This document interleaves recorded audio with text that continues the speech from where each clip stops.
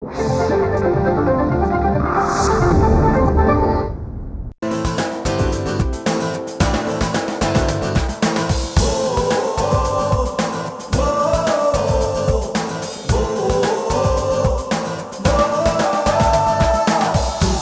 से झुके नहीं, कदम कभी डिगे नहीं। हो तूफानों से झुके नहीं, कदम कभी डिगे नहीं। राह में रुके नहीं, आसमां से बुलंदी तक, कोशिश से कामयाबी तक, कोशिश से कामयाबी तक, कोशिश से कामयाबी तक, कोशिश से कामयाबी तक, कोशिश से कामयाबी तक। नमस्कार, आदाब। कोशिश से कामयाबी तक सीजन 2 में मैं ज़रीना वहाब दिल से आप सबका स्वागत करती हूँ। दोस्तों, सपने कौन नहीं देखता? सपने देखना इंसान का हक है और सपने सिर्फ उन्हीं के पूरे होते हैं जो पूरी शिद्दत के साथ, लगन के साथ कोशिश की हो। आज के हमारे मेहमान ने भी बहुत सारे सपने देखे। जमशेदपुर में बैठकर हॉलीवुड में आने के सपने देखे उन्होंने और उनके सपने पूरे भी हुए हैं। आज उनका नाम हिंदुस्तान के बेहतरीन बॉलीवुड डायरेक्टर्स में किया जाता है। आइए डालते हैं उनके काम पर एक नज़र। हमारे आज के मेहमान का जन्म जमशेदपुर में हुआ। इनके पिता सिंचाई विभाग से जुड़े हुए थे। इनका ज्यादातर बचपन पटना में ही बीता। फिर पढ़ाई के लिए इन्हें जमशेदपुर आना पड़ा, जहां ये अपने एक रिश्तेदार के साथ रहते थे। इस रिश्तेदार के जमशेदपुर में 3 सिनेमा हॉल थे, जिनमें से एक की दीवार इनके घर से ही जुड़ी हुई थी। रात को भी इन्हें उस सिनेमा घर में वहां चलने वाली फिल्मों की आवाजें आती रहती थी। बस तब से ही इनका फिल्मों की तरफ रुझान होने लगा। इन्होंने वहां के प्रोजेक्टर चलाने वाले से दोस्ती कर ली और फिर जल्दी ही प्रोजेक्टर में रील कैसे बदली जाती है ये भी सीख लिया। हालांकि इन्हें वहां जाना मना था। फिर आगे की पढ़ाई के लिए दिल्ली आ गए और यहाँ के हिंदू कॉलेज में इब्तिदा नाम की ड्रामा सोसाइटी की नींव रखी, जो आज तक कायम है। और बस वहीं से इनका इंटरेस्ट फिल्मों की तरफ और भी ज्यादा बढ़ गया। दिल्ली से मुंबई आए और यहाँ सेंट जेवियर से डिप्लोमा हासिल किया। इसके बाद जल्दी ही टीवी सीरियल्स से जुड़े और इम्तिहान, पुरुष क्षेत्र और नैना जैसे सीरियल्स डायरेक्ट किए। और फिर शुरू हुआ इनका फिल्मों का सफर। अपनी पहली फिल्म सोचा न था से ही उन्होंने साबित कर दिया कि उनकी फिल्मों की समझ जरा अलग हटके है। और फिर जब वी मेट, लव आजकल, रॉकस्टार, हाईवे और तमाशा जैसी कमर्शियल और खूबसूरत फिल्मों को लिखा और इनका निर्देशन भी किया। जी हाँ, अब आप समझ ही गए होंगे कि आज आप मिलने वाले हैं स्मार्ट, हैंडसम, डायनामिक और sensitive film maker Imtiaz Ali से। दोस्तों, ये थे हिंदी फिल्मों के जाने माने रोमांटिक फिल्मों के डायरेक्टर इम्तियाज अली। चलिए उनका स्वागत करते हैं। इम्तियाज जी, आपका बहुत बहुत स्वागत है हमारे स्टूडियो में। Thank you so much for coming. It's wonderful to have you. कदम कभी डिगे नहीं। इम्तियाज जी, सबसे पहले मैं ये जानना चाहूँगी, क्योंकि आपके बारे में बहुत लोग पढ़ते हैं और जानना चाहते हैं कि आपकी पैदाइश जमशेदपुर की है या दरभंगा की?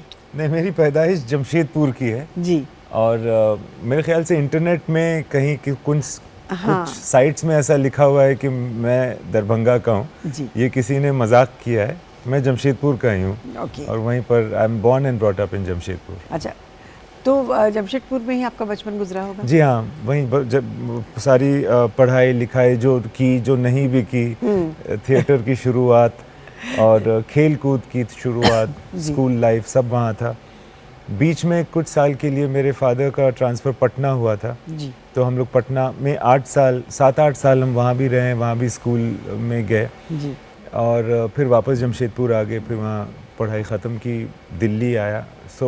तो आपके रिश्तेदार अभी भी वहाँ हैं? हाँ, मेरे पेरेंट्स अभी भी जमशेदपुर में रहते हैं। अब मैं अक्सर जाता भी रहता हूँ, अभी फिर से जाने वाला हूँ। एंड मतलब आप ऐसा कह सकते हैं कि मैं जमशेदपुर के ही हैं, बॉय हूँ। अच्छा, आपके पिताजी क्या करते हैं? वो इंजीनियर हैं और उन्होंने अपनी ज़िंदगी भर, अब तो वो रिटायर कर चुके हैं, मगर उन्होंने इरिगेशन जो सिंचाई विभाग होता है उसके साथ, गवर्नमेंट के सिंचाई डिपार्टमेंट के साथ उन्होंने काम किया है। जी। उनका काम ये होता था कि वो दूर दराज गांव में जहाँ सूखे पड़ते हैं, अकाल आता है या फ्लड्स भी आते हैं, मतलब कि पानी का काम, उसके प्रोजेक्ट वो डिज़ाइन भी करते थे, एग्जीक्यूट भी करते थे। तो अक्सर वो ये उन्होंने पूरी ज़िंदगी वैसे बिताई है। ओके। और आपकी मम्मी हाउसवाइफ थी या उनके मम्मी हाउसवाइफ ही हैं। हाँ। और साथ साथ में मगर उन्होंने एक काम शुरू किया था वहाँ की लड़कियों के साथ, वो एप्लिक वर्क हाँ, करती। very famous हाँ, applique work, वो yes. बहुत फेमस है, तो वो करती हैं। हाँ। जो जिससे उनको बड़ा मज़ा आता है, तो कपड़े बनाना। और आपके परिवार में और कौन कौन है? 3 भाई हैं हम लोग, मैं सबसे बड़ा हूँ, 2 छोटे भाई हैं। जी। अब वो दोनों बॉम्बे में ही हैं और दोनों ही फिल्म राइटर और डायरेक्टर भी हैं। जी। उन्होंने एक 2 फिल्म बनाई भी है। हाँ। और आगे काम चल रहा है। सो ये है, ये हमारा परिवार है। आप बचपन से आपको शौक था फिल्मों का?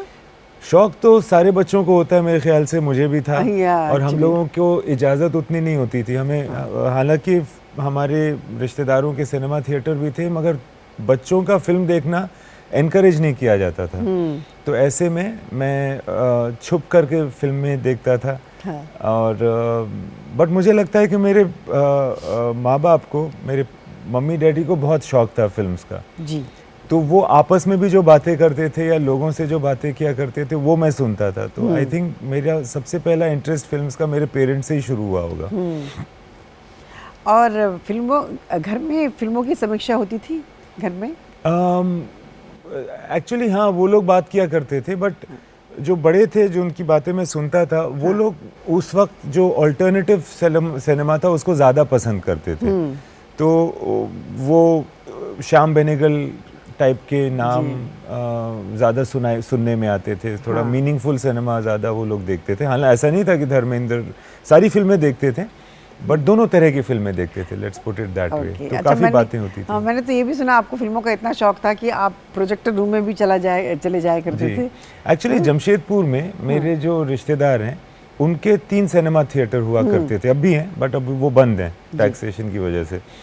तो उस वक्त चल रहे होते थे। तो जब मैं उनके घर में रहता था, एक साल पूरा मैं उनके घर में उनके साथ भी रहा हूँ। और वैसे भी जमशेदपुर में, क्योंकि मैं फैमिली का लड़का था, सब लोग जानते थे मुझे, वहाँ गेट कीपर सारे जानते थे और प्रोजेक्शनिस्ट जानते थे, सारे लोग जानते थे। तो मैं हाफ पैंट पहन करके अंदर घुस जाता था। हाँ। और कहीं भी खड़ा होकर के कोई भी फिल्म चल रही वो देखा करता था। जो प्रोजेक्शनिस्ट थे हमारे, उनको हम हप्पू भाई कहते थे, क्योंकि उनका मुंह हमेशा बंद रहता था। तो वो प्रोजेक्शन में पहले क्या होता था कि रील्स होती थी, तो रील्स आपको फिजिकली लोड करना पड़ता था। जी। तो वो रील ख़त्म होती थी, फिर वो हटती थी, फिर दूसरी, एक इस तरह से पूरा कार्यक्रम चलता था। तो मैं जाता था वहाँ, तो वो मुझे अलाउ करते थे कि मैं उनको हेल्प करूँ। और उनके प्रोजेक्शन बूथ में एक सुराख होता है जिससे आप वो चेक करता है प्रोजेक्शनिस्ट की फिल्म ठीक चल रही है कि नहीं। वहाँ खड़े होकर के मैं बहुत पिक्चरें देखा करता था। so nice। इसका मतलब बचपन से ही ये आपको बहुत शौक था। हाँ, फिर मुझे बहुत। हाँ, बॉम्बे आना कैसे हुआ? बॉम्बे ऐसे कि जब मैं दिल्ली में था तो स्कूल में मैंने एक्चुअली थिएटर करना शुरू किया था जमशेदपुर में। फिर दिल्ली में थिएटर बहुत किया। फिर बॉम्बे इसलिए आया कि नौकरी करूं, कोई काम करूं, तो एडवर्टाइजिंग में कोर्स किया मैंने, तो उस वजह से मैं आया था बॉम्बे। अच्छा जी। बट धीरे धीरे मुझे जी टीवी में नौकरी मिली। हाँ। अच्छा। हाँ, तो हमने सुना था कि थिएटर ग्रुप में आपने इब्तिदा नाम से एक जी हाँ संस्था खोली थी, शुरुआत की थी। जब मैं दिल्ली गया तो हिंदू कॉलेज में मेरा एडमिशन हुआ जी। तो वहाँ जाते ही मैंने सोचा कि एक प्ले करूं, क्योंकि मैं हमेशा थिएटर प्लेस किया करता था। वहाँ पता चला कि कोई थिएटर ग्रुप है नहीं। मैं फर्स्ट ईयर में था, तो हम लोगों ने कहा कि हम लोग एक थिएटर ग्रुप बना देते हैं जी। जिसके अंडर हम अपने प्लेस किया करेंगे। उसका नाम इब्तिदा था। हाँ। तो वो नाम इसलिए भी रखा गया था, वहाँ उस वक्त मेरे एक सीनियर हुआ करते थे, प्रभात रंजन। तो उन्होंने कहा कि इसका नाम इब्तिदा इसलिए होना चाहिए क्योंकि तुम्हारा नाम इम्तियाज़ है, तो वो आई से होना चाहिए। और वो हमने शुरू किया, कई सारे प्लेस हमने किए। फिर हम ऑब्वियसली पास आउट कर गए हम लोग सब। जी। बट आज पता नहीं कितने साल हो गए, 20-25 साल हो गए, वो इब्तिदा थिएटर ग्रुप अब भी चलता है। अब भी चलता है। अभी कौन मैनेज कर रहे हैं? अभी जो भी उनका फ्रेश स्टूडेंट होता है उनमें से ही कोई प्रेसिडेंट होता है, वही उसको चलाता है, फिर वो पास आउट करता है, फिर अगला कोई अगले लोग आते हैं जी। So for 20 years it's been running. Okay, अच्छा, इब्तिदा में आप जब थे तो आप डायरेक्ट करते थे या एक्ट करते थे? मुझे डायरेक्ट करने का ही ज़्यादा शौक था। तो एक्ट नहीं किया आपने? एक्ट बहुत किया मैंने एक्चुअली। शुरुआत में तो किसी भी यंग इंसान को एक्टर का ही रोल मिलता है, डायरेक्टर बनने की इजाज़त तो होती नहीं है। तो ज़्यादा एक्टिंग का ही काम मैं पहले किया करता था। तो 8-10 साल मैंने जब से छोटा था तब से लेके अच्छा। बड़े होने तक मैंने एक्टिंग की ज़्यादा, और डायरेक्शन कम, बट डायरेक्शन का में इंटरेस्ट ज़्यादा से ज़्यादा होता रहा मेरा। ओके। और दिल्ली में सुना आपने एक और भी नाटक ग्रुप में काम किया था जी, आपने? एक्ट 1 नाम का एक थिएटर ग्रुप था जो Act मंडी One, हाउस yes. में हम लोग रिहर्सल करते थे। तो उस ग्रुप में सब बहुत ही महान और बहुत ही राइट थिंकिंग लोग थे, थोड़े से लेफ्टिस्ट। तो हम लोग थिएटर उनके साथ करते थे। एमेचर ग्रुप ही था, मगर मेरे ख्याल से उस वक्त का दिल्ली का सबसे one of the best groups था। तो एक्ट 1 नाम का, उसमें एन के शर्मा हमारे डायरेक्टर हुआ करते थे, और कुछ नाम काफ़ी फेमस हैं जैसे पीयूष मिश्रा, मनोज बाजपेयी, आशीष विद्यार्थी, ये लोग उस ग्रुप में अच्छा, वो साथ सब में थे। उसी ग्रुप में थे। अच्छा, आपने कभी डायरेक्शन का, जैसे हमने एक्टिंग का कोर्स लिया था, कभी आपने सोचा नहीं कि मैं डायरेक्शन का कोर्स लूँगा या कुछ? वहाँ आपने कभी मौका कोशिश नहीं की? मिला। मौका मैंने नहीं मिला। हाँ, मौका नहीं मिला, क्योंकि मुझे हमेशा लगता था कि ये मैं शायद ज़िंदगी भर नहीं करूँगा, इससे पैसे कैसे कमाऊँगा, उतना कॉन्फिडेंस था नहीं, छोटी जगह से था। जी। मैं जानता भी नहीं था किसी को जिसने फिल्मों में काम किया है। और आपकी फिल्म फैमिली से कोई फिल्मों में नहीं है? नहीं, मेरी फैमिली से कोई भी फिल्मों में नहीं था। ओके। और तो मुझे मालूम था कि FTII है जहाँ पे आप जाकर के डायरेक्शन सीख सकते हैं, जी।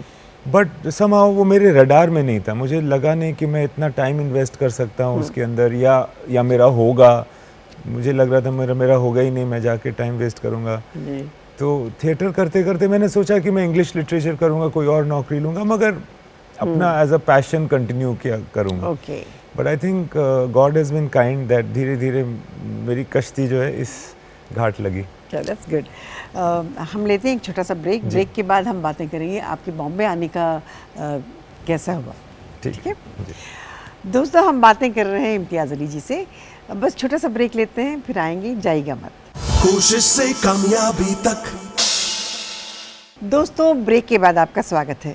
हमारी बातें हो रही हैं गुड लुकिंग हैंडसम इम्तियाज़ अली से। I really find him very good looking. या अच्छा इम्तियाज़ भाई, आपने कभी सोचा नहीं फिल्मों में काम करने का? अब इतने खूबसूरत और गुड लुकिंग हैं आप।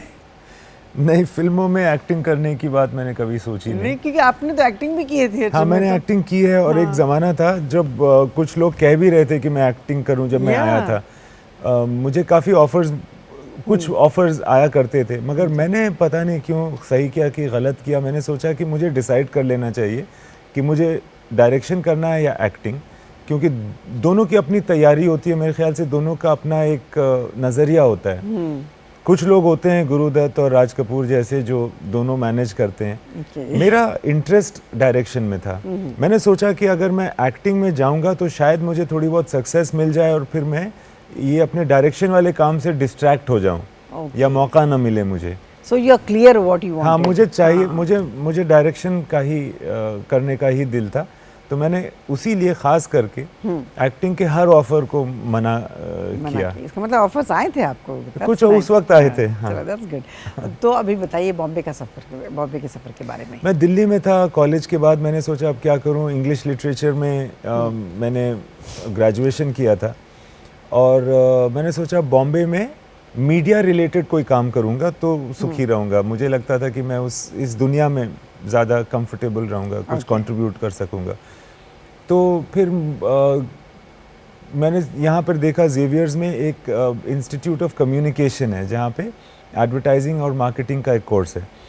तो उस वक्त मुझे ऐसा समझ में आया कि एडवर्टाइजिंग और मार्केटिंग ऐसी चीज़ है जिससे मुझे नौकरी मिल जाएगी, क्योंकि करना तो नौकरी होता है मिडिल क्लास लड़के को। तो फिर मैं यहाँ आया, मैंने एनरोल किया और मैंने वो कोर्स किया, और साथ साथ नौकरी भी ढूंढी कि मैं यहाँ पे एडवर्टाइजिंग में मुझे नौकरी मिले। तो ये वजह थी मेरे आने की बॉम्बे। अच्छा, तो आपका रहना आसानी से हो गया था यहाँ पर बॉम्बे में? शुरुआत में तो बढ़िया, रिश्तेदार नहीं थे यहाँ पे? यहाँ कोई हाँ ऐसा कोई नहीं था जिसको मैं जानता हूँ पहले जी। से, या कोई उस तरह से जो गाइड करे। तो मैं यहाँ पर एक जेवियर्स में ही हॉस्टल में हो गया। अच्छा। शुरुआत में बड़ी आसानी से हो गया, बड़ा मज़ा आया। वो कॉलेज के कैंपस के अंदर ही था। मगर जब ये ख़त्म हुआ तो फिर नौकरी मिल नहीं रही थी, फिर भी कहीं रहना था।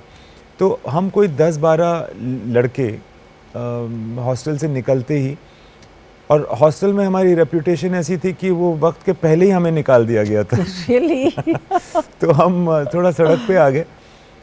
तो मगर उसके पहले यहाँ एक परेल में मिंट कॉलोनी हुआ करती थी, जहाँ जो वर्कर्स कॉलोनी थी जी। तो उसमें हम लोगों ने कुछ जुगाड़ फिट करके बॉम्बे की भाषा में 2 फ्लैट्स कर लिए थे वहाँ। फिर 2-3 साल हम लोग मैं वहाँ रहा। Okay. जो कि अब मेरे ख्याल से वो चीज़ें अब बदल गई हैं लोअर परेल एरिया में, मगर वहाँ मैं रहा। बहुत अच्छी और टिपिकल एक मिडिल क्लास महाराष्ट्रन कम्युनिटी के साथ मैं रहा वहाँ 2 साल।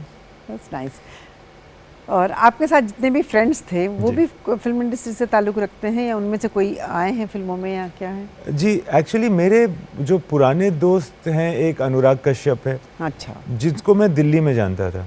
तो अनुराग मुझसे पहली बार मिलने आया था। मैं हिंदू कॉलेज का स्टूडेंट था और वो हंसराज का स्टूडेंट था। तो वो मुझसे मिलने आया था क्योंकि वो खुद एक्टर बनना चाहता था। उस वक्त वहाँ पे कोई ऐसे टेलीविज़न का प्रोग्राम हो रहा था जिसमें मैं प्रोडक्शन कर रहा था। ओके। तो उसने अपना पोर्टफोलियो दिया और कहा कि आप अगर एक्टर्स की कास्टिंग कर रहे हैं तो मुझे कंसिडर कीजिएगा। और वो टेक्निकली पहला एक्टर है जो मुझसे मिला था ओके। In life. तो खैर वो हुआ नहीं। उसके बाद फिर मैं यहाँ आ गया, फिर अनुराग भी आ गया। तो हम दोनों एक दूसरे को तब से जानते हैं जब से हम बॉम्बे में हैं। जी। तो वो एक है। फिर जो लड़के यहाँ हम लोग साथ में रहते थे वो सब हमारे टच में अभी भी हैं। अच्छा। और वो सब इसी से, कोई एडवर्टाइजिंग में है, कोई मीडिया में है, कोई फोटोग्राफर बन गया, इसी काम में सारे लोग हैं। अच्छा, फिर उसके बाद आपने टीवी से शुरुआत की थी अपने करियर जी। की, तो उसके बारे में बताइए। हुआ ये कि जी टीवी में पैसे ऑब्वियसली बहुत कम मिलते थे, हालांकि बहुत अच्छी ट्रेनिंग ग्राउंड थी। 3 महीने के बाद मुझे अनुराग की वजह से एक्चुअली एक दूसरे जॉब की ऑफ़र हुई क्रेस्ट कम्युनिकेशन में। तो वहाँ मुझे नौकरी मिली और वहाँ मेरा काम था, टेलीविज़न में वो लोग आना चाह रहे थे तो टेलीविज़न प्रोग्राम्स लिखना, नए कॉन्सेप्ट्स लिखना, इस तरह का काम था। तो उसमें से कई कॉन्सेप्ट्स में से मैंने एक लिखा था कुरुक्षेत्र नाम का।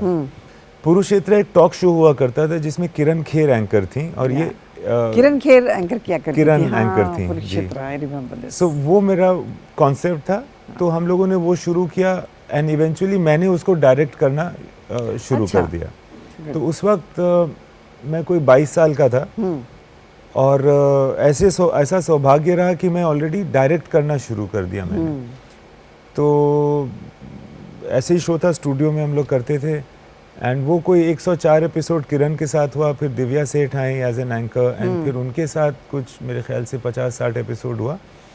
तो 1 घंटे के बहुत सारे एपिसोड्स हम लोगों ने किए। तो that is how I started in television. Okay. फिर उसके बाद सीरियल आपने किए कुछ? हाँ, मैंने फिर क्या हुआ कि अनुपम खेर जी जो हैं, उन्होंने एक बहुत बड़ी बेवकूफ़ी की।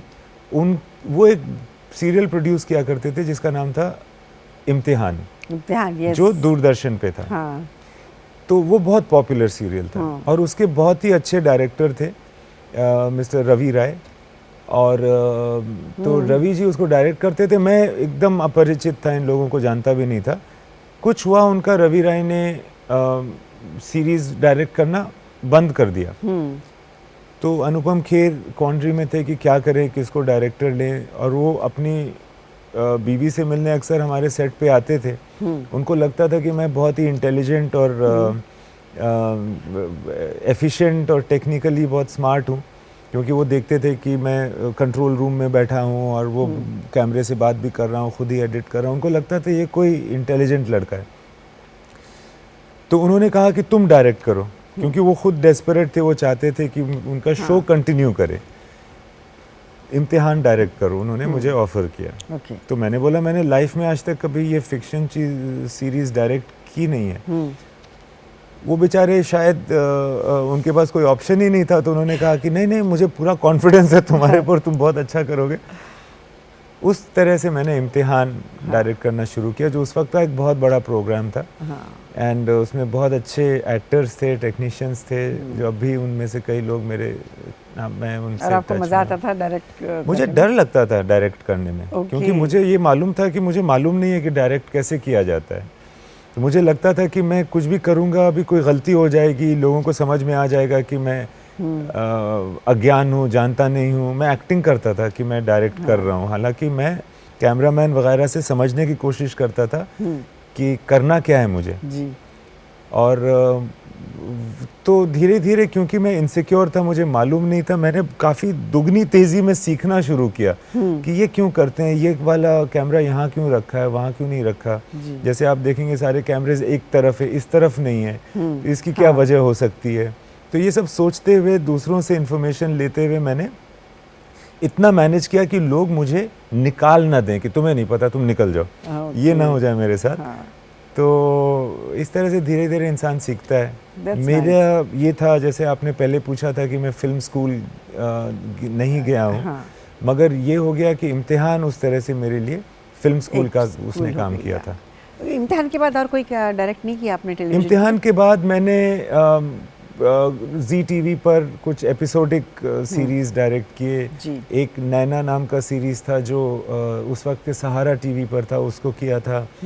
और ये भी मैं कहना चाहूँगा, आपको याद दिलाना चाहूँगा कि उनमें से एक में आपने एक्टिंग की थी, जो जी टीवी के लिए हमने एक जोन एक बनाया था, 2 एपिसोड का एक लंबी कहानी थी जिसमें आपने एक्टिंग की थी। और मैं ये भी कहना चाहता हूँ कि आप पहली फिल्म स्टार थी जिनके साथ मैंने काम किया है। तो मुझे बहुत ही एक्चुअली फ़ख्र महसूस हुई थी खुद अपने ऊपर कि मैं आपके साथ काम कर रहा हूँ। थैंक यू, क्योंकि उस वक्त मैं आपको बहुत ऑब्जर्व करती थी, बहुत क्वाइट, आप बहुत सॉफ्टली बोलते हैं और पेशेंस बहुत है आप में।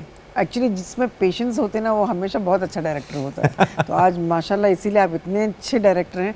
आपकी फिल्में एकदम दिल को छूती हैं, honestly I am telling you, not because you are sitting here, otherwise आपकी फिल्में वी वेट क्या आपकी फिल्में आए और हम देखें। उम्मीद है कि I will not disappoint. No no no no, बिल्कुल भी। अच्छा, उन दिनों सीरियल जो भी है वीकली हुआ करते थे जी, तो आप इतनी तकलीफ नहीं होती, लेकिन आज जो है रात दिन काम करना पड़ता है। तो आपके वक्त ये तो सीरियल 24 घंटे तो नहीं था ना? नहीं, ये जो जिन सीरियल्स की मैं बात कर रहा हूँ जो मैंने डायरेक्ट किया है वो वीकली ही थे। वीकली थे ना? हाँ। वीकली का भी इतना काम होता था कि लगता था कि ये कैसे मैनेज होगा, क्योंकि मैं लिखता भी था। बट फिर ज़्यादातर डेलीज़ का चलन आया, वो मेरे बाद हुआ। मैंने कभी डेली नहीं डायरेक्ट किया है। और मेरे ख्याल से टेलीविज़न भी जो है ना वो काफ़ी तब्दील हुआ है और उसको होना भी चाहिए था, क्योंकि टेलीविज़न हम लोग ऐसे डायरेक्ट करते थे जी, जैसे कि फिल्म डायरेक्ट कर रहे हैं। टेलीविज़न का एक मेरे ख्याल से दूसरा तरीका होना चाहिए जी, जो जिस तरह से टेलीविज़न डायरेक्ट होता है, जिसमें आप समझ लीजिए कि एक फैक्ट्री या एक वर्कशॉप पहले से बना हुआ है, वो वर्कशॉप बड़े अच्छे से बने ताकि जो सामान आए वो जल्दी जल्दी बन के आए। बिल्कुल बिल्कुल। तो हम लोग जैसे शुरू करते हैं फिल्म की, कहीं से कहीं को आओ बेवजह चले, तो उस तरह से टीवी का काम थोड़ा मुश्किल है। थोड़ा मुश्किल है। अच्छा इम्तियाज़ जी, आपसे बात करके बड़ा मज़ा आ रहा है, फिर हमको छोटा सा ब्रेक लेना पड़ेगा। दोस्तों बहुत मज़ा आ रहा है ना इम्तियाज़ भाई से बात करके। चलिए लेते हैं एक छोटा सा ब्रेक, फिर हम आते हैं आपके पास। कोशिश से कामयाबी तक, कोशिश से कामयाबी तक सीज़न 2 में हम बातें कर रहे हैं इम्तियाज़ अली जी से। चलिए उनका फिल्मी सफ़र कैसे शुरू हुआ उसके बारे में जानते हैं। इम्तियाज़ भाई, हमने सुना कि आप टीवी सीरियल देखने के बाद आपको महेश भट्ट जी ने बुलाया था जी। उसके बारे में बताइए, वो थोड़ा इंटरेस्टिंग क्या था? मुझे अचानक मनोज ने कहा, मनोज बाजपेयी ने उस वक्त कहा कि भट्ट साहब तुमसे मिलना चाहते हैं तो तुम चले जाना। उस वक्त मोबाइल फ़ोन नहीं हुआ करता था, मेरे पास नहीं था, भट्ट साहब के पास था, अमीर लोगों के पास हुआ करता था। तो वो मैं गया उनसे मिलने के लिए, तो उन्होंने देखा और बोला कि मैंने तुम्हारा सीरीज़ देखा है और तुम मेरी अगली पिक्चर डायरेक्ट कर रहे हो। और मैं एकदम दंग रह गया कि इनको क्या बोलूं, पूछूं, हाँ। छू के देखूं कि ये महेश भट्ट ही है या कोई और है। तो खैर वो उसके बाद फिर उन्होंने बताया कि हम लोग एक फिल्म करेंगे, कहानी साथ में डेवलप करते हैं, इस तरह की बातें हुई। अल्टीमेटली वो फिल्म बनी नहीं, क्योंकि अच्छा। वो कुछ 9 महीने 1 साल मैं भी कुछ काम कर रहा था, वो भी कुछ काम कर रहे थे। फिर मैंने सोचा कि चलो इसको बाद में करते हैं, उस कहानी को। वो कहानी अभी भी मेरे जहन में है। जी। बनी तो नहीं, मगर पहला इंसान जिसने कहा कि मैं फिल्म बना सकता हूँ वो महेश भट्ट था। जी, सो नाइस। और I feel very oblige to him, and मुझे बहुत खुशी है इस बात की कि मैंने अपने इनिशियल स्टे में उनसे मेरी मुलाकात रही, अभी भी मैं उनसे मिलता रहता हूँ। और थोड़ा कॉन्फिडेंस आया जब महेश भट्ट जैसे ने कहा कि तुम कर सकते हो काम। That's nice. ऐसा था। और आपकी पहली फिल्म थी सोचा ना था। जी। तो वो बहुत अच्छी फिल्म थी। वो फिल्म बांद्रा में मैंने देखी थी, मुझे इतनी अच्छी लगी जब जैसे पता चला कि आपने किया था, because since I worked with you I felt so proud of you, you know, बहुत अच्छा लगा। बहुत ब्यूटीफुल फिल्म थी, इतनी साफ सुथरी। और उसके बारे में बताइए। सोचा मेरा जो फिल्मी सफ़र है उसका सबसे ज़्यादा जो क्रेडिट है वो अगर किसी को जाता है तो वो सनी देओल है। क्योंकि मैंने टेलीविज़न काफ़ी डायरेक्ट किया था और फिल्म डायरेक्ट करना चाहता था अपनी ज़िंदगी में। तो एक कहानी लिखी थी मैंने, और किसी तरह से मैं सनी देओल के सामने आ गया एक दिन। मतलब सामने इसलिए आ गया, इस तरह से आ गया कि किसी ने मुझे बताया कि वो प्रोड्यूस कर सकते हैं। मैं अभय देओल के साथ फिल्म बना रहा था, तो उनको पता चला, तो उन्होंने कहा ठीक है तुम फलानी जगह आ जाओ, शिमला में मैं शूट कर रहा हूँ, तुम आ सकते हो क्या 1-2 दिन के लिए, फिर मुझे कहानी बता देना। इस तरह से करते कराते मैं सनी देओल के सामने था और उन्होंने कहा कि तुम कहानी सुनाओ। और ऑब्वियसली उस वक्त मैंने कुछ भी नहीं किया था, फिल्मों के बारे में कुछ पता भी नहीं था। जब मैं छोटा था तो मुझे लगता था कि फिल्म इंडस्ट्री शायद एक सफ़ेद कलर की मल्टी स्टोरीड बिल्डिंग होगी जिसमें जो भी फिल्म इंडस्ट्री में है वो उसी बिल्डिंग में आके काम करता होगा, तो मुझे भी शायद वहाँ कोई डेस्क मिल जाएगा, कोई कुर्सी मिल जाएगी, कोई काम मैं करूँगा। यहाँ आके पता चला नहीं, ऐसा नहीं है, एक दूसरे तरह की इंडस्ट्री है। तो पहला शख्स फिल्म इंडस्ट्री का जिसने मुझे ब्रेक दिया वो सनी देओल थे, क्योंकि नरेशन सुनने के बाद उन्होंने कहा कि मैं ज़रूर इस फिल्म को प्रोड्यूस करना चाहता हूँ। और उनकी कॉन्फिडेंस था, उन्होंने मेरा कोई काम भी नहीं देखा था, पता नहीं उनको लगा कि मैं कर सकता हूँ। और ऐसे ही लोगों की वजह से मैंने वो किया जो मैंने किया है, ये ऐसे लोगों की वजह से ही किया है।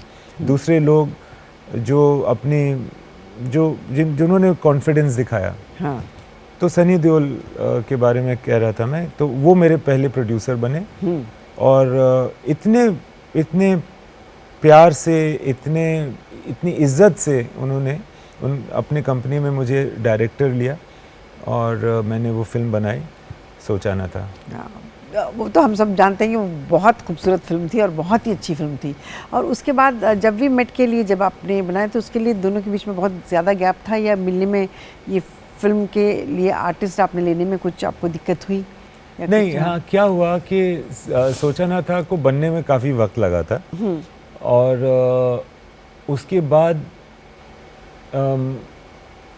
मैं चाहता था कि जब भी मैं शुरू करूं, मगर उस वक्त क्योंकि सोचा ना था चली नहीं थी, तो मुझे मेरे ख्याल से प्रोड्यूसर्स की प्रॉब्लम आ रही थी कि इसको प्रोड्यूस कौन करेगा। जो लोग करना चाह रहे थे वो कर नहीं पा रहे थे।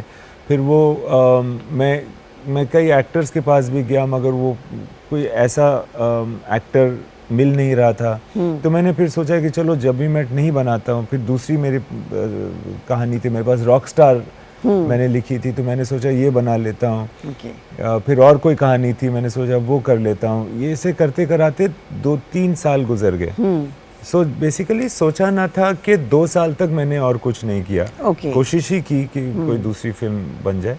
उसके बाद फिर शाहिद से मुलाकात हुई, तो उसने कहा कि मैंने सुना तुम्हारे पास एक कहानी है जिसमें एक लड़की होती है ट्रेन पे, तो तुम सुनाओगे? तो मैंने कहा कि नहीं यार, वो मैं ना अभी बॉबी के साथ करने वाला था, मगर वो हुआ नहीं, मैंने छोड़ दिया है, तो फिलहाल उसको मैं नहीं बना रहा हूँ। मैंने कहा कि नहीं, तुम बताओ तो, कहानी तो बताओ क्या है।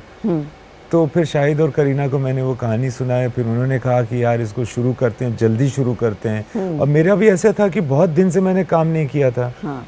तो उन्हें कहा कि 21 दिन में बस शूट मगर शुरू करना पड़ेगा, क्योंकि अगर तुमको इतने 50-60 दिन शूट करने हैं तो मेरे पास चारा ये था कि या तो मैं उसको ना बोल दूं क्योंकि वक्त नहीं था प्रिपरेशन का जी। या तो मैं करूं। तो मैंने सोचा कि काम ही कर लेते हैं, हाँ। ये रिस्क लेते हैं। हाँ। तो वैसे मैंने जब भी मैच शुरू की थी। बहुत बड़ी हिट थी वो फिल्म, सुपर। जी हाँ, लोगों हाँ। का बड़ा प्यार मिला हाँ, उसमें, और उस फिल्म को, मुझको उस फिल्म की वजह से। बिल्कुल। और जी। अच्छा, मैंने सुना कि आप जब भी मेट के बाद आपको लोग पीछे से ऐसे बुलाते, जब भी met, they used to call you like that. जी, एक हाउ बार यू यूज्ड ये टू फील? पहली बार मैं दिल्ली में शूट कर रहा था। जी। तो वहाँ पे एक रियल कॉलोनी में शूट कर रहा था। तो लोगों ने मुझे पहचानना शुरू कर दिया था, मगर मेरा नाम नहीं पता था लोगों को। ओके। तो वो करते ये थे कि ये कौन है, ये जब भी मेट का डायरेक्टर है। सो एक दफ़ा मैं चल के कहीं से जा रहा था, तो जो क्राउड होता है जो फिल्म शूटिंग देखने के लिए आता है, जी। तो वो मुझे पीछे से चिल्ला के पूछ रहा था, ये जब भी मेट, ये जब भी met. So then I realize that बहुत सारे लोग मुझे जब भी मेट कहते हैं क्योंकि उनको मेरा नाम नहीं पता है। जी। तो काफ़ी फनी बात है कि किसी डायरेक्टर को उसके फिल्म के नाम से बुलाया जाए। But- मेरे ख्याल से ये बड़ी क्यूट बात है। या it's a very cute thing. And और आप जवाब देते थे? हाँ, बिल्कुल बिल्कुल। बड़े गर्व से। अभी भी कोई मुझे ये रॉक स्टार ये कोई बोलेगा तो मैं बहुत ही खुशी से जवाब दूंगा। सवाल उसका ये था कि इसमें हीरो कौन है, हीरो कौन है? तो मैंने कहा रणबीर कपूर। तो बोलते हैं रणबीर कपूर को क्यों लिया, सलमान भाई को लेना था ना। लोगों को इतना आसान लगता है ना। जी बिल्कुल। तो मैंने बोला नहीं, अगली फिल्म में लूंगा। और Rockstar was a beautiful film, उसके लिए रणबीर ही बिल्कुल, फिट थे। और बिल्कुल। You can't imagine anybody else. Correct. जो भी फिल्में आप बनाते हैं ज़्यादातर वो आपने किसी रियल लाइफ के इंसिडेंट से लेते हैं या आपने रचे हुए होते हैं? मुझे लगता है कि मेरी जो जिंदगी है या मेरा जो ध्यान है वो आधा रियलिटी और आधा फिक्शन पे रहता है। ओके। मुझे लोगों में बहुत इंटरेस्ट है और लोगों के साथ जितनी मैं बातें करता हूँ या जितना मेरा इंटरेक्शन होता है उसके बियॉन्ड उनकी ज़िंदगी में क्या हो रहा होगा, इस तरह के ख्यालात मुझे आते रहते हैं फिक्शन के तौर पे। कि अगर मैं किसी को देखूं, बचपन से ये मेरा है कि इमेजिन करता हूँ कि फिर वो उसका क्या होगा, वो लड़की जो वहाँ बस स्टैंड में है जब वो घर जाएगी तो कौन होगा, या मैं ट्रेन से गुज़र रहा हूँ तो कोई घर के अंदर देखा कि एक आदमी बैठा है तो उसके और कौन फैमिली में होगा, वो कैसे क्या काम क्या करता होगा। Something very different. I never thought about it. I think it's a beautiful thing to think like this. सो मेरा ऐसा था। तो उसी से होता ये था कि हमेशा हर कहानी मेरी उसका कहीं ना कहीं स्पार्क रियल लाइफ से होता है जो आपने ज़िंदगी देखी। कोई भी प्योरली फिक्शनल कैरेक्टर कहना मुश्किल है क्योंकि उस फिक्शन के कैरेक्टर में कुछ तत्व ऐसे ज़रूर होते हैं जो रियलिटी से हैं। तो आधा फैक्ट और आधा फिक्शन, इस तरह से मेरी कहानियाँ होती हैं। That's nice. और रॉकस्टार के बारे में बताइए। ये सब्जेक्ट बहुत डिफरेंट और डिफिकल्ट सब्जेक्ट था, बहुत अच्छी तरह से आपने हैंडल किया और रणबीर ने भी बहुत अच्छा काम किया। जितना काम आपका बेहतरीन था वो दोनों का इट वाज इक्वल। तो उसके बारे में बताइए। रॉकस्टार में एक चीज़ हुई थी मेरे साथ जो मैं ख़ास तौर पे कहना चाहूँगा। क्या होता है कि हम सब अपने काम को बहुत समझदारी से करना चाहते हैं। हम जब स्क्रिप्ट लिखते हैं तो उसमें जो भी होता है कोशिश ये करते हैं कि उसका एक कारण हो कि एक एक्टर ऐसे क्यों कर रहा है या एक कैरेक्टर सडनली इस तरह से क्यों बिहेव करने लगता है, उसके लॉजिकल रीजंस होते हैं। मगर जिस तरह से ज़िंदगी में हर चीज़ जो होती है उसका लॉजिक उस वक्त करते हुए समझ में नहीं आता इंसान को। उसी तरह से जब हम रॉकस्टार बना रहे थे तो एक बहुत ही लॉजिकल स्क्रिप्ट के साथ काम कर रहे थे, मगर अक्सर ऐसा दिल में आता था कि इसको चेंज किया जाए, इसमें कोई इसमें एक ज़ोर ज़बरदस्ती की जाए। कोई एक गाना है जिसकी ज़रूरत नहीं है मगर करना है, मतलब एक तरह से ना एक पता नहीं, हमने सब कुछ सोच के नहीं किया, उसमें ज़्यादा दिल से काम हुआ था उसमें। उस वजह से कुछ अच्छी चीज़ें आई हैं फिल्म में, क्योंकि जिस तरह की एनर्जी थी, जैसे रणबीर था जिस तरह से समर्पित था, या रहमान या इरशाद या जितने भी लोग थे हम लोग, सो वो पूरी तरह से मतलब इन्वॉल्व थे। उस वजह से उसकी एक एनर्जी थी जिससे कुछ अच्छी चीज़ें आ गई, कोई प्योर चीज़ें आ गई। उसकी वजह से कुछ लॉजिकल डिफेक्ट्स हैं फिल्म में जो कि हैं, जो मुझे लगता है, मगर मज़ा इस बात का आया कि आपने दिल से काम किया। बिल्कुल दिल से। अच्छा, अभी हम लेते हैं एक छोटा सा ब्रेक के बाद हम बातें करेंगे ये म्यूज़िकल, आपकी फिल्मों की म्यूज़िक के बारे में, ठीक है दोस्तों? फिर से हम ले रहे हैं एक छोटा सा ब्रेक, तुरंत लौटेंगे, जाइएगा मत। कोशिश से कामयाबी तक। दोस्तों, ब्रेक के बाद फिर से आपका स्वागत है। चलिए बातें करते हैं इम्तियाज़ अली जी से। इम्तियाज़ जी, आपकी फिल्मों की तरह आपके फिल्मों के संगीत भी बहुत कमाल के होते हैं, तो आप रहमान साहब से और कामिल साहब से कैसे जुड़े वो बताइए। एक्चुअली मेरे ख्याल से डायरेक्टर को सबसे ज़्यादा मज़ा फिल्म के काम में म्यूज़िक में आता होगा। मुझे ऐसे ही होता है जी। और मेरी खुशकिस्मती रही है कि मेरे साथ म्यूज़िक में वो लोग अटैच्ड रहे हैं जो बहुत ही खुले स्वभाव के हैं, जिन्होंने मेरे जैसे एक म्यूज़िकली कमज़र्फ इंसान को अपने साथ शामिल किया जी। और उन्होंने सबसे पहले मैंने संदेश शांडलिया के साथ काम किया था, सोचा ना था में, फिर प्रीतम के साथ 2 फिल्में की थी, फिर रहमान सर के साथ 3 फिल्म की, फिर एक फिल्म प्रीतम के साथ। तो प्रीतम, संदेश और रहमान, ये तीनों ही बहुत सुलझे हुए लोग हैं। और इरशाद के साथ मैंने ये सारी फिल्मों में लिरिक्स किया है, और इरशाद भी एक बहुत अच्छा दोस्त है जिसके साथ मैं बदतमीज़ी भी कर सकता हूँ, जिसके लिरिक्स को बोल सकता हूँ कि ये तो बकवास है इस तरह की चीज़ें जो बदतमीज़ी में और किसी के साथ नहीं करता।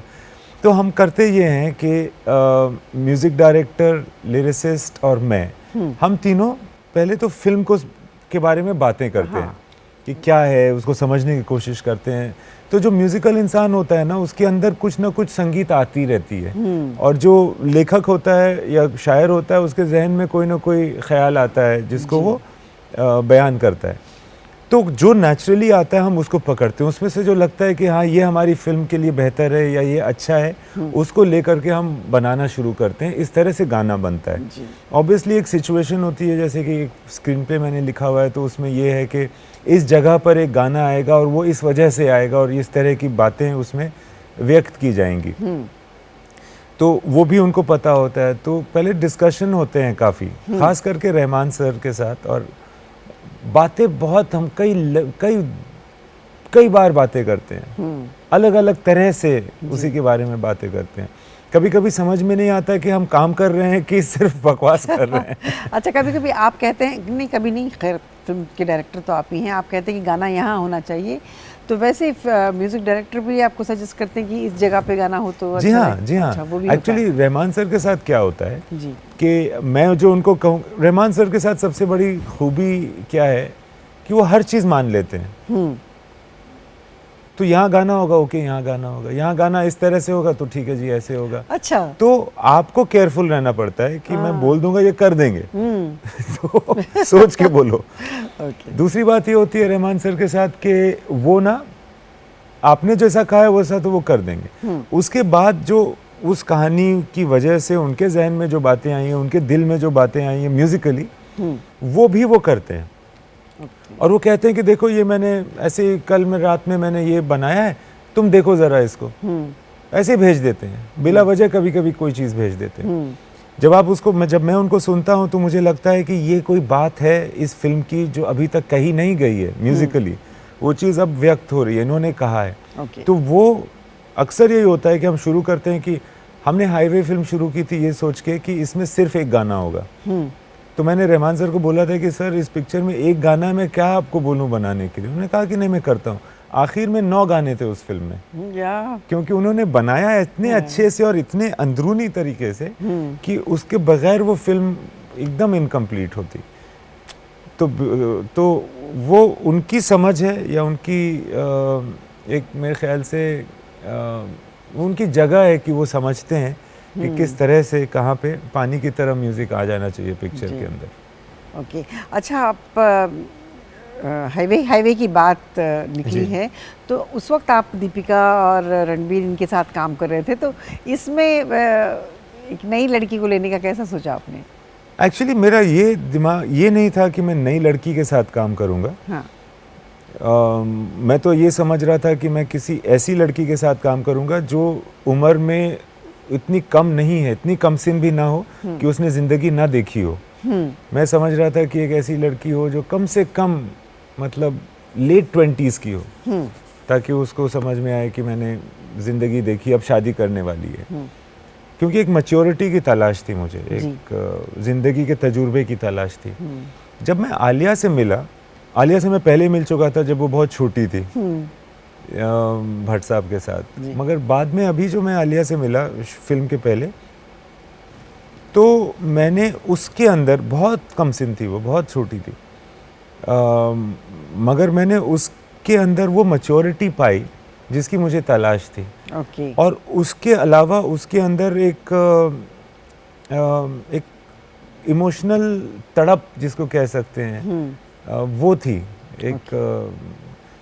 और उसके साथ और बाकी ज़िंदगी में मैंने ये भी रियलाइज़ किया कि किसी को मैच्योर होने के लिए उम्र दराज होना ज़रूरी नहीं है। हाँ, मतलब मुझे लगता है कि आलिया जब 17-18 साल की थी तो बहुत मैच्योर थी, और शायद मैं जो उससे डबल उम्र का हूँ बहुत ही मैच्योर हूँ, तो कोई ज़रूरी नहीं होता इन चीज़ों का। तो मुझे आलिया से मिलने के बाद लगा कि मुझे इसी को इस रोल को ऑफ़र करना चाहिए। हाँ, तो फिर उसने किया था। ओके। अच्छा, आपकी फिल्म में ज़्यादातर ट्रैवलिंग पे ही होती है, मैंने, क्योंकि ये मेरा मतलब ख्याल है, आपको नहीं लगता? जी हाँ, अक्सर ट्रैवलिंग पे तो होती मुझे ऐसा है। लगता है आपका माइंड हमेशा ट्रैवल करता रहता है, and I think you like travelling because I love travelling. जी हाँ, ये बात हम दोनों में बहुत कॉमन है। जी हाँ जी हाँ। तो रात के 2 बजे भी अगर ट्रैवलिंग करना है तो I will not think twice, I will just leave, you know, it's like that. जी, वो ट्रैवलिंग का शौक बहुत है, और अच्छी इंटरेस्टिंग चीज़ें होती रहती हैं जी। ट्रैवलिंग के दौरान। जो चीज़ें ऐसी होती हैं जो फिल्मों में और भी इंटरेस्टिंग लगती हैं, क्योंकि जब मैं थिएटर करता था तब तो ये गुंजाइश नहीं थी कि एक दृश्य के अलावा कोई और दृश्य दिखा सकूं, मगर फिल्म में ये पॉसिबल है। तो मुझे हमेशा वो वाली फिल्म अच्छी लगती है जो आपको किसी ऐसे जगह पे ले जाती है जहां आप खुद ना गए हों या जहां आप जाना चाहें। तो ये चीज़ मेरी फिल्मों में आती है। आपकी फिल्मों की कहानी ऑफ कोर्स डिफरेंट होती है, लेकिन उसमें एक पॉइंट कॉमन होता है, वो हीरो हीरोइन प्यार में कंफ्यूजन रहता है। ये क्या बात है इसमें? मुझे लगता है ना, इसका एक थोड़ा सा फिलोसॉफिकल रीज़न है। पहले तो मैं आपको ये बताऊं कि जो फिल्में मैं बनाता हूं उसमें जो सवाल होते हैं उनके जवाब मेरे पास होते नहीं हैं। उनके जवाब की तलाश में ही वो फिल्म बनती है मेरे ख्याल से, क्योंकि मैं खुद किसी बारे में कंफ्यूज हूँ या सोच रहा हूँ, मेरी इंफॉर्मेशन या मेरी फीलिंग्स अधूरी हैं, तभी मैं उसमें उलझता हूँ, तभी वो कहानी बनती है। जी। तो वो कंफ्यूजन जो है ना, इसके बारे में मैं ये समझता हूँ कि जो चीज़ मुझे पता है या जो चीज़ सिद्ध हो चुकी है, साबित हो चुकी है, कबूल हो चुकी है, वो चीज़, वो यात्रा ख़त्म हो चुकी है। जी। उसका इंटरेस्ट या उसका जो एक ड्रामेटिक पोटेंशियल होता है, उसका ड्रामा ख़त्म हो चुका है। दो लोग मिले और कोई तकरार नहीं हुआ और किसी ने अपोज नहीं किया और उन्होंने शादी कर ली और हमेशा खुश रहे, ऐसी फिल्म नहीं बन सकती। हाँ, वो तो है ना। कोई नई बात होती है, कोई चीज़ बदलती है, बदलाव ही ड्रामा है। हाँ। तो बदलाव तब ज़्यादा मुमकिन होता है मेरे ख्याल से जब आपके ज़हनियत बदलती है, जब आपके थॉट्स, विचार बदलते हैं। जी। और जब आपके विचार बदलते हैं उस दौरान आप कंफ्यूज्ड ही रहते हैं। मुझे लगता है कि कंफ्यूज्ड रहने को डिस्करेज नहीं करना चाहिए, क्योंकि कंफ्यूज्ड रहने का मतलब ये है कि आप नए आंसर्स की तलाश में हो, आप अपने मानसिकता के छोटे से दायरे को कबूल नहीं कर रहे हो, आप उससे बाहर निकलने की कोशिश कर रहे हो।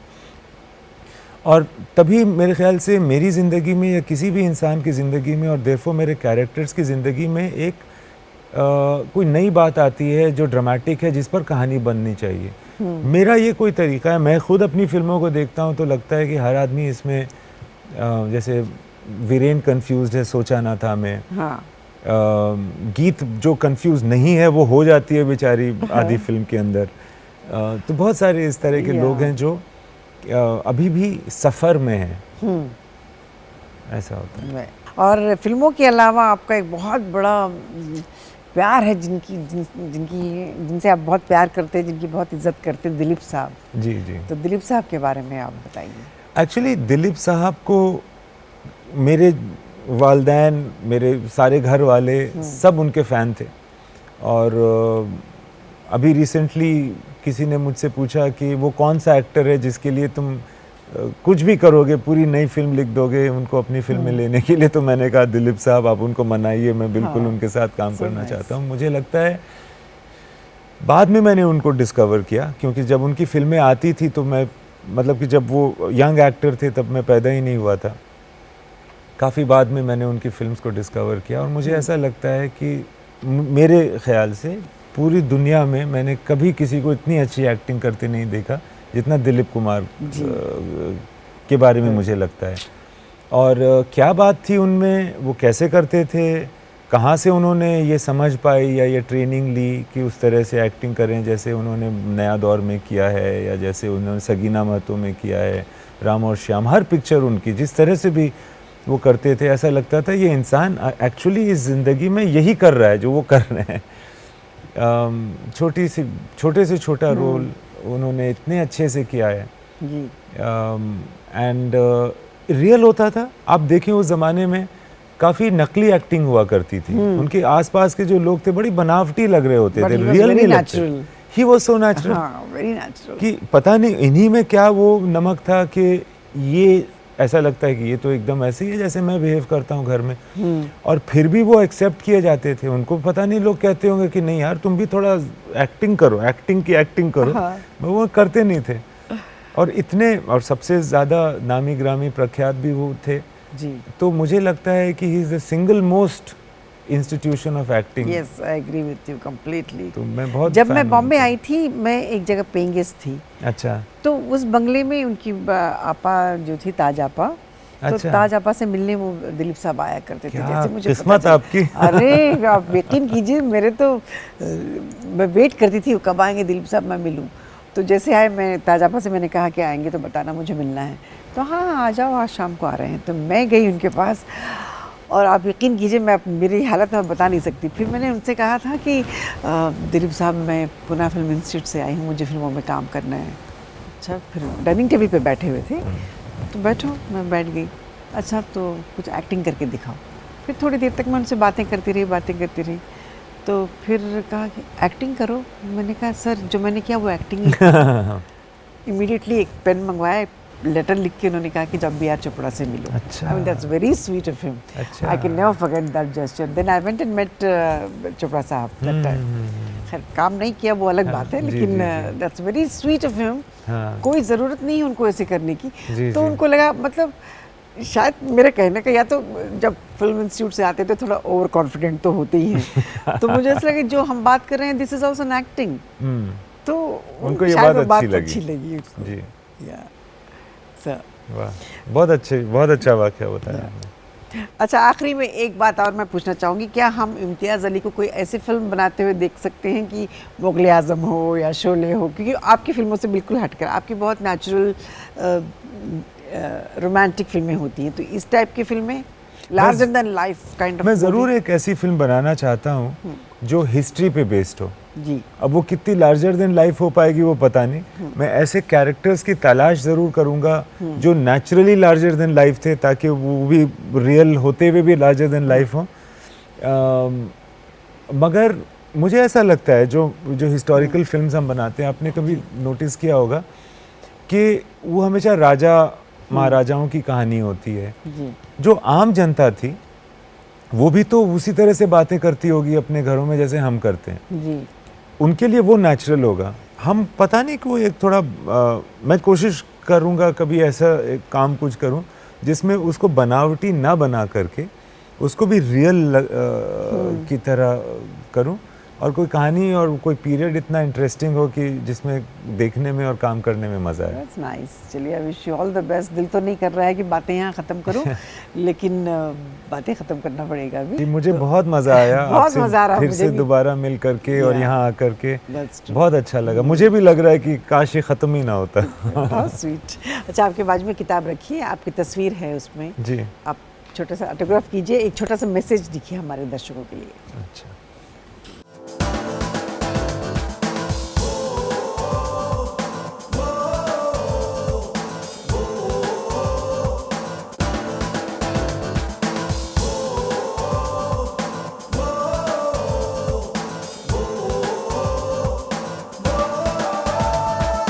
तूफानों से झुके नहीं,